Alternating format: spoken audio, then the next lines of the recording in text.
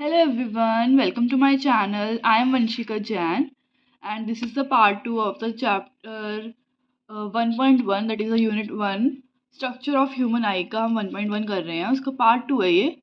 So let's start. हमने यहाँ पे ख़त्म करा था iris पर और अब हम यहाँ पे आ रहे हैं रेटिना. So जो नेक्स्ट पार्ट हमारी जो थर्ड लेयर होती है वो होती है inner nervous coat. So basically जो इनर नर्वस कोट है उसका जो पार्ट है दैट इज़ द रेटिना. सबसे अंदर जो हमारी आइज़ के होता है पार्ट वो हमारा रेटिना होता है. और रेटिना काफ़ी ज़्यादा डेलिकेट मेम्ब्रेन है और बहुत ज़्यादा सेंसिटिव लेयर है जिसमें बहुत सारे न्यूमरस ऑफ नर्व सेल्स है हमारे ब्रेन में. इतनी सारी सेल्स होते हैं, नर्व सेल्स हमारी आइज़ में होती हैं. सो वहाँ पे बहुत सारे नर्व सेल्स है, बहुत सेंसिटिव लेयर होती है ये. और ये हमारी आई का पर्दा होता है जो कि बहुत अंदर होता है, इनर मोस्ट होता है और बहुत सेंसिटिव होता है. सो इसे कर्टेन ऑफ आई भी बोलते हैं रेटिना को. फंक्शन क्या है कि ये क्या करता है, जितनी भी हमारी आँखों में, जैसे आपको पता है हमारी आइज़ में लाइट आती है, लाइट से हमारी आइज़ में एक इमेज बनती है और उससे हमें दिखता है. सो ये क्या करता है retina, it converts the images formed by the lens. अब जितने भी लेंस इमेजेस फॉर्म कर रहा है उन सबको एक इलेक्ट्रिकल इम्पल्स में, एक इलेक्ट्रिकल सिग्नल में जो ट्रांसफ़र करता है वो क्या करता है, रेटिना करता है. और यही जो इलेक्ट्रिकल इम्पल्सेस हैं ये ट्रांसमिट करे जाते हैं ब्रेन तक. किसके थ्रू? थ्रू ऑप्टिक नर्व के थ्रू. That is important. ये ऑप्टिक नर्व का ही फंक्शन उन्होंने बता दिया कि ऑप्टिक नर्व का काम क्या है कि ये इलेक्ट्रिक इम्पल्स को ब्रेन तक लेके जाता है. और ये इलेक्ट्रिक इम्पल्स कौन कन्वर्ट करता है? सिंपल इमेज से रेटिना करता है. So that is the basic function of retina. Most important है रेटिना का फंक्शन. रेटिना पार्ट भी बहुत इंपॉर्टेंट है, तो ये तो बहुत ही इंपॉर्टेंट पॉइंट है. नेक्स्ट हम आते हैं ऑप्टिक नर्व की टाइप्स पर. सबसे पहले ऑप्टिक नर्व को पढ़ने के लिए, समझने के लिए, उसकी डेफिनेशन को समझने के लिए हमें ऑप्टिक नर्व के कुछ कंपोनेंट्स, कुछ पार्ट्स पता होने बहुत ज़रूरी हैं. जैसे ऑप्टिक नर्व जो है वो दो पार्ट से मिलकर बना होता है, रॉड्स एंड कॉन्स. सबसे पहले हमें ये समझना बहुत ज़रूरी है अगर हमें ऑप्टिक नर्व समझना है तो रॉड्स 13 करोड़ इन नंबर होती है, 13 करोड़ रॉड्स होती हैं. कॉन्स 7 मिलियन, 7 मिलियन कॉन्स हैं. सो कॉन्स बेसिकली ज़्यादा है नंबर में. अभी रॉड्स और कॉन्स करते क्या हैं? जो ये रॉड्स हैं they are the optic nerve cells. अभी ऑप्टिक नर्व के पार्ट हैं तो ऑप्टिक नर्व सेल्स तो है ये, but they are more sensitive to dim light. जब लाइट डिम होती है तब ये ज़्यादा सेंसिटिव होते हैं. It differentiate between black and white. ये जो भी हमें ब्लैक और वाइट में फ़र्क दिखता है वो किसके थ्रू दिखता है? हमें रॉड्स के थ्रू दिखता है. सो ये क्या करते हैं, ब्लैक और वाइट में डिफ्रेंशिएट करते हैं, अंतर करते हैं. They help in peripheral vision. Peripheral vision क्या होता है? One side vision. जब एक वन साइड विजन दिखता है ना, एक साइड का हमें जो विजन दिखता है वो, जैसे दो साइड होती है राइट एंड लेफ्ट और एक बीच का सेंटर, तो जो हमें साइड साइड का जो विजन दिखता है हमें, that is because of the rods. Peripheral vision में ये हेल्प करती है. Then cons. कॉन्स क्या करते हैं? अब जैसे ये डैम लाइट के थ्रू सेंसिटिव थे, ये ब्राइट लाइट के टूवर्ड्स सेंसिटिव होते हैं. जैसे ये ब्लैक और वाइट में डिफ्रेंशिएट करते थे कि हमें ब्लैक और वाइट में अंतर पता चले, कलर दिख पाए, ये सारे कलर्स को पहचान पाते हैं. सारे कलर्स जितने भी हमें दिखते हैं, ऑरेंज, ब्लू, रेड, इन सब में डिफ्रेंशिएट करना कॉन्स का काम होता है. और ये क्या करते हैं, जैसे पेरिफेरल विजन में हेल्प करता है, हमारा साइड का जो विजन होता है उसमें हेल्प करता है. ये हमें सेंट्रल विजन, जो बीच का विजन होता है, उसमें हमें कॉन्स हेल्प करते हैं. So that is the basic difference, पता भी होना चाहिए. अब हम आते हैं कि ऑप्टिक नर्व बेसिकली है क्या.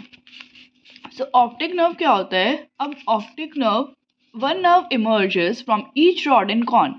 एक फॉर एग्जांपल ये रॉड है, ये कॉन है, यहाँ से एक एक नर्व जाकर ऑप्टिक नर्व को फॉर्म करती है. 13 करोड़ कौन से थे? हमारे रॉड्स थे. और 70 lakh, 70 million, that is the cons. ये हमें ऑप्टिक नर्व को फॉर्म करती है.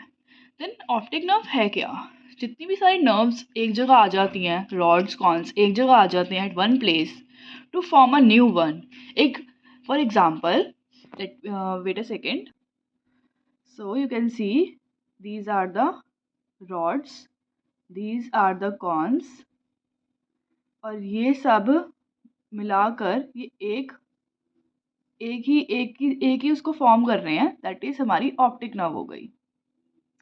ऑप्टिक नर्व को क्रेनियल नर्व्स भी बोला जाता है. And this is copied from the new eye back to the optical lobe of the brain. अभी हमारे ब्रेन तक जितनी भी चीज़ें हैं उसको कॉपी करती हैं। देन फंक्शन क्या होता है इसका कि जो ऑप्टिक नर्व है it carries the visual impulses. हमने पढ़ा था कि सारे जितने भी विजुअल इम्पल्सेस इलेक्ट्रिकल सिग्नल्स होते हैं वो सारे ऑप्टिक नर्व ब्रेन तक ले जाती है रेटिना से वो सारे इम्पल्सेस लेती है, विजुअल इम्पल्सेस इलेक्ट्रिकल सिग्नल्स, और ब्रेन तक पहुंचाती है। That is the function of the optic nerve. Now the optic nerve is formed by a combination of nerve fibers exit from the back of the eye. अब जैसे वो आई से exit करते हैं ना, बैक ऑफ द आई से exit करते हैं, तब भी बहुत सारे नर्व फाइबर्स को एक उनका कॉम्बिनेशन बनाते हैं। अब हमारे मेन जो है पार्ट्स हो गए हैं। अब थोड़े बेसिक पार्ट्स पर आ जाते हैं, जैसे विट्रस ह्यूमर क्या है। ये सबसे पहले होता क्या है, ये एक जेली लाइक सब्सटेंस है हमारी आई में, जो जेली हमारी आई में लिक्विड फिल है, that is a vitreous humour. और ये बहुत ज़्यादा ट्रांसपेरेंट पार्ट होता है। ये कहाँ पर होता है? Right in the middle of eye के बिल्कुल मिडल में होता है। जैसे ये हमारी आई है, ये हमारी फॉर एग्जांपल ये हमारी आई है, ठीक है। अब यहाँ पे लेंस होता है हमारी आई के, ऐसे आई होती है ना, तो यहाँ पर हमारी आई के लेंस होता है, यहाँ पर रेटिना है पीछे की साइड। इसके बीच में जितना भी ये जेली लाइक सब्सटेंस होता है that is the vitreous humour. आपको दिखा भी देती हूँ, रेटिना भी दिखा देती हूँ। ये देखो, आप डायग्राम में देख सकते हो, this is the lens and this is the retina. सबसे पीछे की जो लेयर आती है ना, ये that is the retina.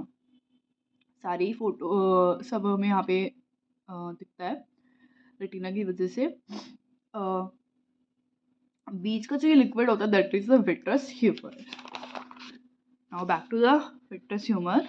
This jelly like substance holds the retina in its place. ये रेटिना को अपनी जगह पर स्टेबल रहने के लिए, अपनी पोजीशन पर एक जगह रहने पर ये क्या करता है, इसको पकड़ कर रखता है jelly like substance. It means to support it to stay at its place. इसका मतलब ये है कि वो उसको अपनी जगह पर रहने के लिए सपोर्ट करता है, एक सपोर्ट प्रोवाइड करता है। नाउ हम एक एक्वस ह्यूमर भी पढ़ लेते हैं। एक्वस ह्यूमर अभी पहले भी आया था, सिलेरी बॉडी में हमने पढ़ा था। एक्वस ह्यूमर भी क्या होता है, ये भी एक वाटर लाइक फॉर्मेशन है बिटवीन कॉर्निया और लेंस। ये अब कॉर्निया और लेंस के बीच में है, मतलब कॉर्निया आगे हमारा, लेंस ये होता है, कॉर्निया यहाँ पर होता है, ये इसके बीच में होता है। और विट्रस ह्यूमर क्या होता है, ये पीछे होता है हमारे। ये लेंस है हमारा, ये कॉर्निया है, यहाँ इसके बीच में क्या मिलेगा आपको, एक्वस ह्यूमर मिलेगा। बट जो विट्रस ह्यूमर होता है वो लेंस और यहाँ पे रेटिना के बीच में ये जो इतना भी लिक्विड होता है ये विट्रस ह्यूमर होता है। तो ये हमारा क्या हो गया, विट्रस ह्यूमर। तो आपको डिफरेंस समझ में आ रहा होगा कि विट्रस ह्यूमर और एक्वस ह्यूमर में डिफरेंस क्या है, ठीक है। अब ये क्या करता है हमारा, ये सिक्रीट करता है by the ciliary body. Ciliary body इस एक्वस ह्यूमर को सिक्रीट करती है। लास्ट पॉइंट हमारा रह गया है कलर ब्लाइंडनेस। कलर ब्लाइंडनेस पता होना चाहिए, बहुत सारे लोगों को क्या होता है, कलर ब्लाइंडनेस होता है बर्थ से ही। और इसमें क्या होता है, कलर ब्लाइंडनेस, मतलब इसमें कलर जो है वो बंदा ब्लाइंड हो गया कलर के लिए, मतलब वो कलर नहीं आइडेंटिफाई कर पा रहा, कलर नहीं रिकॉग्नाइज कर पा रहा। और इस डिसऑर्डर में क्या होता है, ये हेरिडिटरी होती है और जनरली मेल्स में देखी जाती है। हेरिडिटरी का मतलब क्या होता है, अपने पेरेंट्स से आपको मिली है, ट्रांसफ़र हुई है। इसका कोई ट्रीटमेंट अभी तक नहीं आया है। So this is the colour blindness हमने पढ़ा है। आप बहुत एक फेमस एग्जांपल है कलर ब्लाइंडनेस का, मार्क जुकरबर्ग, फेसबुक के ऑनर फाउंडर, जो उनको भी कलर ब्लाइंडनेस है, आपने पढ़ा होगा। नेक्स्ट आते हैं हमारे थोड़े क्वेश्चंस पर, रिवीजन के लिए आप कर सकते हो प्रैक्टिस की हमारी दो आइज़ का इंपॉर्टेंस क्या, what is the importance of having two eyes, what is the function of cornea, कितने पार्ट्स होते हैं यूविया के, 3 पार्ट्स होते हैं, हमने पढ़े थे अभी, उसको बताना है। How does iris work according to the outside light, जब बाहर से लाइट आती है तो आयरिस कैसे काम करता है, क्या फंक्शंस है कॉन्स के, और what is colour blindness, colour blindness होती क्या है। सो ये आपके क्वेश्चन है, आप इसको प्रैक्टिस कर सकते हैं। And with this the chapter is over, the unit 1.1 is over, and I hope you like this video। और अगर आपको हेल्पफुल लगती है please do like share and subscribe, please यार सब्सक्राइब कर दो, क्योंकि आगे और भी नोट्स आने वाले हैं, इंट्रोडक्शन टू डिसेबिलिटी और ईवीएस पेडागोजी के, जो भी आपको चीज़ें चाहिए I will provide you with the best notes. और ये मैं इतनी मेहनत से यार बना रही हूँ इतना सब कुछ करके, so you can subscribe if you like it. Also thank you so much for everyone जिन्होंने एंड तक अभी तक वीडियो देखी है, and I will see you in the next video. Thank you so much, bye bye, take care.